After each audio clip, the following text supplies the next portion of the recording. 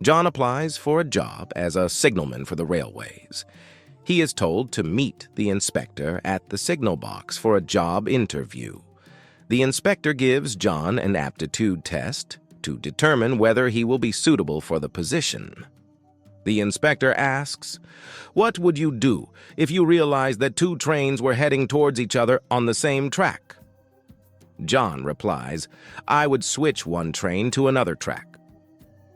"That's the correct action," says the inspector. But what if the lever broke?" "I would run down to the tracks and use the manual lever," says John. "Good thinking," says the inspector. "But what if that lever had been struck by lightning?" "In that case," John continues, "I would run back up here and use the phone to call the next signal box." "What if the phone was busy?" the inspector asks. "Well, if that happened, I would run to the street level and use the public phone near the station," John replies. "Good thinking again," says the inspector. "But what if that had been vandalized?"